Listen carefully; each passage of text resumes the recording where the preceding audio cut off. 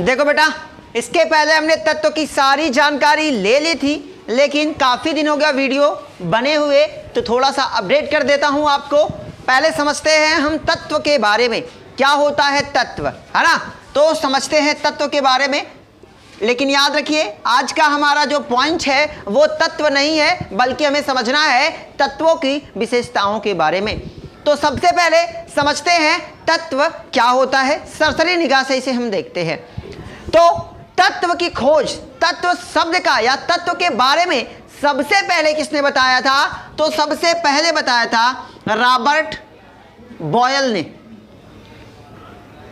Robert boil ने सन 1661 ईस्वी में तत्व के बारे में बताया था। उन्होंने क्या कहा था कि तत्व वे पदार्थ हैं जिन्हें भौतिक व रासायनिक विधि द्वारा आगे दो या दो से अधिक टुकड़ों में तोड़ा नहीं जा सकता। मतलब जो तत्व है वो एक समान परमाणु से, आप जानते हो कि तत्व क्या होते हैं? तत्व वह होता है जो एक समान परमाणु से मिलकर बना हुआ हो, उसे हम क्या कहते हैं? तत्व कहते हैं। लेकिन रॉबर्ट बॉयल ने कहा था, ये जरूर याद रखिएगा, कब कहा था? सन 1661 ईस्वी में कहा था कि तत्व वह होते हैं जिन्हें किसी भी रासायनिक या भौतिक विधि द्वारा आगे दो या दो से अधिक टुकड़ों में तोड़ा नहीं जा सकता। फॉर एग्जाम्पल समझो, अगर हम इस चाक को तत्व मान लें, तो इस बताइए इस चाक को हम तोड़ सकते हैं कि नहीं?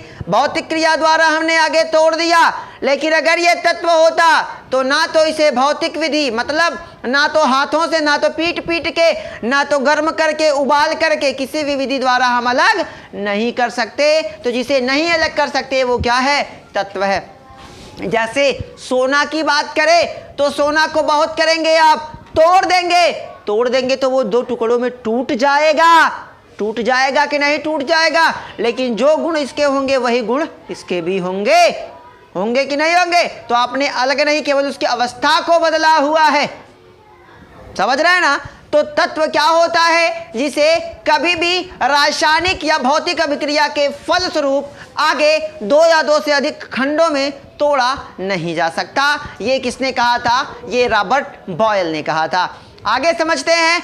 आगे चल के हमने समझा था तत्वों का वर्गीकरण। क्या समझा था? तत्वों का वर्गीकरण। तो तत्वों का वर्गीकरण क्या होता है बेटा? कि तत्वों को अलग अलग वर्गों में रखना ही क्या कहलाता है? तत्वों का वर्गीकरण कहलाता है, जिसमें हमने तीनों के तीनों पॉइंट समझे हुए थे। क्या था बेटा? तत्व को आगे चल के तीन भागों में विभाजित किया गया। पहला था धातु, जबकि दूसरा क्या था बेटा? दूसरा था अधातु, और तीसरा क्या था? उपधातु।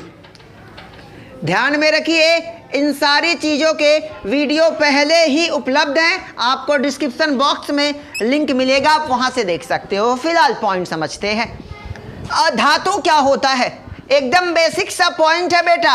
अगर आपको रासायनिक रूप से देखना पड़े कि धातु क्या होता है, अधातु क्या होता है, उपधातु क्या होता है, तो याद रखो कि जो H+ आयन दे वो धातु, जो OH- दे वो अधातु। फिलहाल वहाँ हमें कहीं नहीं जाना है, हमें यही समझना है। धातु की मैंने आपको पहचान बताया था, एक रामबाण बताया था कि पीरियाडिक टेबल में अगर किसी भी तत्व के पीछे यम लगा हुआ है तो इसका मतलब वो क्या है? धातु है। जैसे बात करें सोडियम, जैसे हम बात करें सोडियम, तो यहाँ लास्ट में यम है कि नहीं है? इसका मतलब ये क्या है बेटा? धातु है।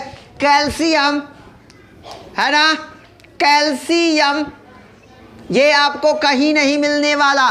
कैल्शियम यम लास्ट में आ रहा है, इसका मतलब ये क्या है? धातु है। ये कुछ के साथ नहीं मिलता, अपवाद की भी कंडीशन होती है बेटा। जैसे जिंक भी क्या है? एक धातु है, लेकिन इसके लास्ट में यम नहीं आ रहा है। लेकिन अगर आपसे कभी पूछा जाए 10 धातु के नाम बताएं, तो आपको ये दिमाग में अगर रहेगा कि यम आ रहा है, तो क्या करोगे? फटाफट आप लिख दोगे भैया ये क्या है? धातु है। बातें समझ में आई? अधातु की बात करें तो जिनके लास्ट में ज्यादातर क्या आए, र आए या फिर न आए, वो क्या होंगे, अधातु। रा या फिर ना आए तो वो क्या है, अधातु। फॉर एग्जाम्पल अगर हम समझे तो हमारा सल्फर ये क्या है, अधातु।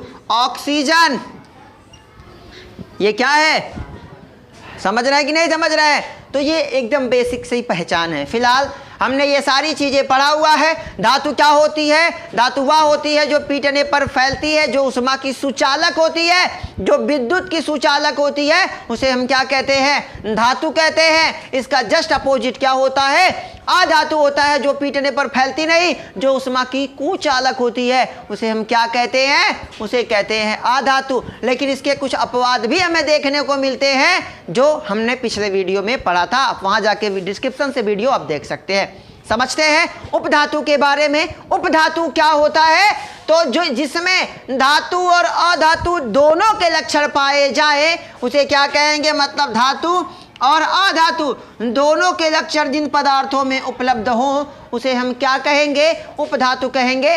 और मैंने आपको ये बताया है कि आपके पीरियोडिक टेबल में अभी तक कितने उपधातु कितने हैं, 7 हैं, जिनका नाम मैंने आपको बताया हुआ है।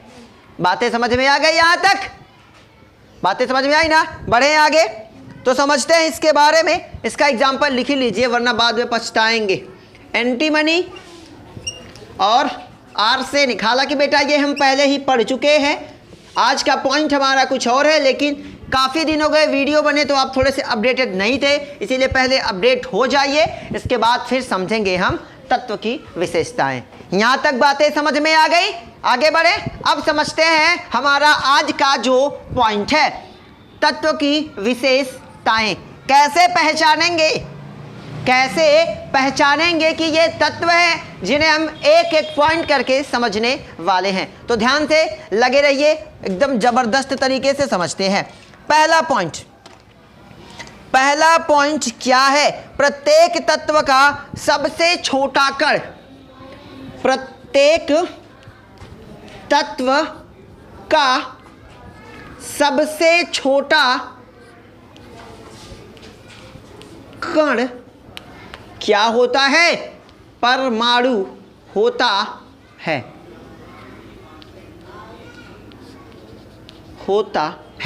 क्या कहना चाहता है ये पॉइंट, प्रत्येक तत्व का सबसे छोटा कण क्या होता है, परमाणु होता है। यानी कि आप जानते हो कि अगर तत्व बनेगा तो वो किससे मिलकर बनेगा भाई, है ना, परमाणु से मिलकर बना। पहले समझो कि परमाणु बड़ा होता है या फिर अणु, तो कौन बड़ा होता है, अणु बड़ा होता है, और परमाणु क्या होता है, छोटा होता है। यानी कि परमाणु मिलकर किसे बनाता है, अणु, और अणु से किसका निर्माण होता है। बात समझ में आई। तो कह रहा है कि अगर तत्व है तो प्रत्येक तत्व, चाहे कोई भी तत्व हो, hydrogen, helium, lithium, beryllium, boron, carbon, nitrogen, oxygen, neon, sulphur, जो कुछ भी है, सबका जो सबसे छोटा भाग होगा वो क्या होगा, परमाणु होगा। ये पहली विशेषता है किसकी, तत्व की, कि कोई भी तत्व होगा उसका जो सबसे छोटा कण होगा वो क्या होगा, परमाणु होगा। वो क्या होगा बेटा, तो वो होगा हमारा परमाणु। यानी कि चाहे पीरियोडिक टेबल में कोई भी तत्व हो, उसका जब कभी भी छोटे कण की बात आएगी वो हमारा क्या होगा, परमाणु होगा। पॉइंट समझ में आ गई। पहली विशेषता क्लियर, समझे। दूसरी विशेषता क्या होती है परमाणु की, तो दूसरी विशेषता क्या है कि समान तत्व के सभी परमाणु संगठन एवं गुणधर्म समान होंगे। ठीक है, संगठन एवं परमाणु क्या होंगे, गुणधर्म समान होंगे। समझे, ध्यान से देखो। मान लो ये एक तत्व है, मान लेते हैं ये चाक क्या है, एक तत्व है, तो यहां से तोड़ें। अगर यहां इसे आधा तोड़ दिया जाए, चलो तोड़ के ही दिखाता हूं वरना कहेंगे कि चाक को बचा रहे हैं। तोड़ दिया चाक को, है ना, ये देखो, मान लो ये तत्व है, तो जितनी विशेषता जिन जिन परमाणुओं से मिलकर ये बना होगा उन्हीं परमाणुओं से मिलकर ये बना होगा कि नहीं। संघटन, जो जो तत्व इसमें होंगे, जो जो परमाणु इसमें होंगे वही परमाणु इसमें होंगे कि नहीं होंगे, जो परमाणु इसमें वही परमाणु इसमें। अरे भाई चलो, मान लो एक गिलास पानी को आप तत्व मान लो, एक गिलास पानी में से आधा पानी कटोरी में निकाल दो, तो जितना मीठा वो वाला पानी होगा उतना मीठा ये वाला होगा कि नहीं होगा। अरे दो बर्तन में रख देंगे तो जितना मीठा ये वाला उतना ही मीठा तो वो वाला होगा। साथ ही साथ अगर चीनी और पानी से मिलकर बना है तो ये वाला भी तो चीनी और पानी से ही मिलकर बना होगा। तो संगठन, जो बनावट होगी, तत्व जो है, चाहे पीरियोडिक टेबल के जो प्रत्येक तत्व हैं उनके हर परमाणु, देखिए जैसे हाइड्रोजन है, ऑक्सीजन है, चांदी है, सोना है, जिसकी भी बात करें तो प्रत्येक तत्व पीरियोडिक टेबल में जितने भी आपको तत्व देखने को मिलेंगे, हर तत्व का जो संगठन, उनके जो परमाणु हैं उनका संगठन और गुणधर्म क्या होगा, समान होगा। आगे चल के जब आप पढ़ोगे तो इसका विरोध हो चुका है, लेकिन आपको यह याद रखना है कि संगठन, प्रत्येक तत्व जो है उनके प्रत्येक परमाणु का संगठन एवं गुणधर्म क्या होता है, समान होता है ना। आगे जब आप रदरफोर्ड का परमाणु मॉडल पढ़ोगे तो आपको मिलेगा कि ये सारी चीजें गलत साबित होंगी, लेकिन फिलहाल के लिए आपको ये समझना होगा कि कोई भी तत्व है उसके प्रत्येक परमाणु का संगठन और गुणधर्म क्या होंगे, समान होंगे। हम क्या समझ रहे हैं, हम समझ रहे हैं तत्व की विशेषता। समझे। अगला पॉइंट आप साथ साथ नोट डाउन करते चले, अगर कोई समस्या है तो कमेंट करके कमेंट बॉक्स में बताएं। फिलहाल समझते हैं अगला पॉइंट बेटा, कि भिन्न भिन्न तत्व, जैसे समान जो तत्व थे, भाई प्रत्येक तत्व है, अलग अलग तत्व, जैसे आप हाइड्रोजन मान लो, लिथियम मान लो, बेरिलियम मान लो, तो इनका अब हाइड्रोजन को तोड़ेंगे, देखेंगे तो हाइड्रोजन का संगठन है ना, हाइड्रोजन का जो परमाणु होगा उनका संगठन, हाइड्रोजन जैसे मान लो 3 परमाणु मान लो हाइड्रोजन में, हालांकि 3 परमाणु नहीं होते, मान लो हाइड्रोजन में कितने परमाणु, 3। चलो यहां से समझो थोड़ा सा। सोडियम कितने इलेक्ट्रॉन होंगे, 11। अब जो 11 के 11 जो इनके परमाणु होंगे वो क्या होंगे, एक जैसे होंगे। कैसे होंगे, एक जैसे। लेकिन ये तो संगठन, प्रत्येक तत्व का जो संगठन, अगर कोई तत्व है तो उसके प्रत्येक परमाणु का संगठन गुणधर्म, मतलब अगर मान लो 11 ठो परमाणु है, मान ले कितने परमाणु हैं, 11। बेसिक सा उदाहरण दे के समझाना चाहता हूं, 11 परमाणु हैं तो 1 से लेके 11 तक, अगर मान लो पहला वाला पीला है तो सभी के सभी कैसे होंगे, पीले ही होंगे। बात समझ में आ रही है। और अगर सभी के सभी क्या हैं, स्वाद में मान लो, गुण में कैसे हैं, मीठे हैं, तो सभी के पहला मीठा है तो सभी के सभी क्या होंगे, मीठे। मतलब गुणधर्म, संगठन, प्रत्येक तत्व में जितने परमाणु हैं हर परमाणु का संगठन, बनावट और उनका गुणधर्म यानी कि स्वाद, स्वभाव, प्रकृति, वो सभी क्या होंगे, एक जैसे होंगे। वही अगर दूसरी बात कर दे, भिन्न भिन्न तत्व